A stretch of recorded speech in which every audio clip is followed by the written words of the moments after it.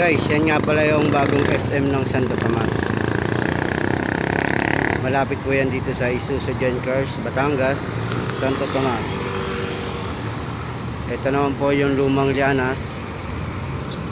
Matatagpuan din po dito sa Santo Tomas, Batangas.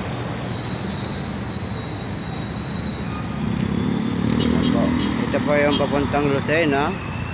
Then ito naman po yung papunta ng Batangas.